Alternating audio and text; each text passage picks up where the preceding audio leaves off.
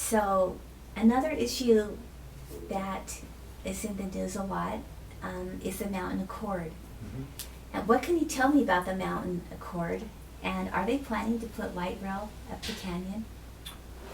So the Mountain Accord, the idea behind it, I don't think was a bad idea.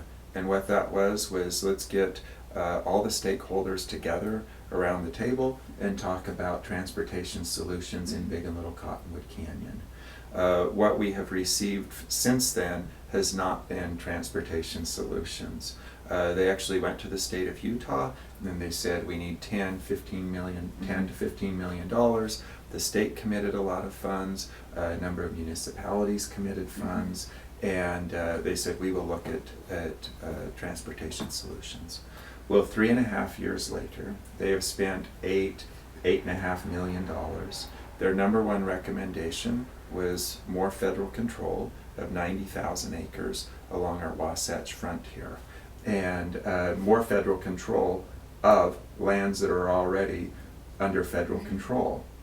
And so you look at it and say, why did we go through this exercise, and how does that solve our transportation solutions? Well, it doesn't solve our transportation, or it doesn't provide solutions for transportation.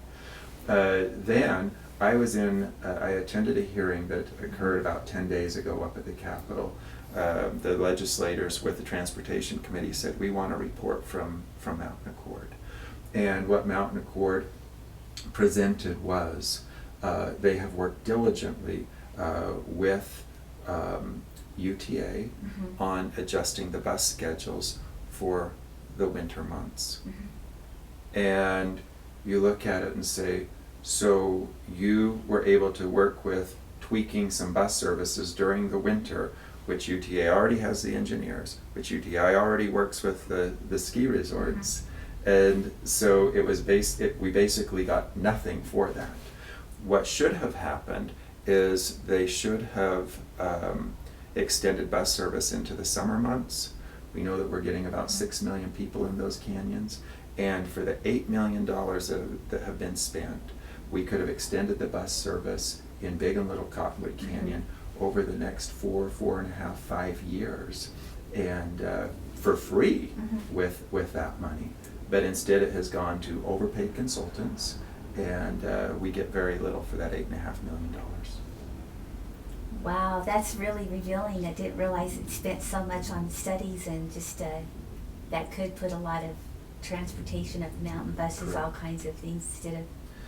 But to answer your question about the light rail, yes, that is one of their recommendations, is light rail going up Little Cottonwood Canyon and then digging a hole through the mountain to go over toward Park City, or to go to Big Cottonwood Canyon and then toward Park City. So just to clarify, in my mind, light rail up the canyon would entail wires going up the beautiful canyon, because that's what light rail is, and that would be awful. Well, as far as their specifics, they're talking a single track, which there's going to be some problems. We see today some of the problems with Front Runner with single track. And does this really solve the transportation issues? Will people ride public transportation? And what are the costs, both financially and to the environment? And a lot of those questions have not been answered. Well, I'm glad you're on top of that, Dave, because I've had a lot of questions about that, and I know a lot of my friends have.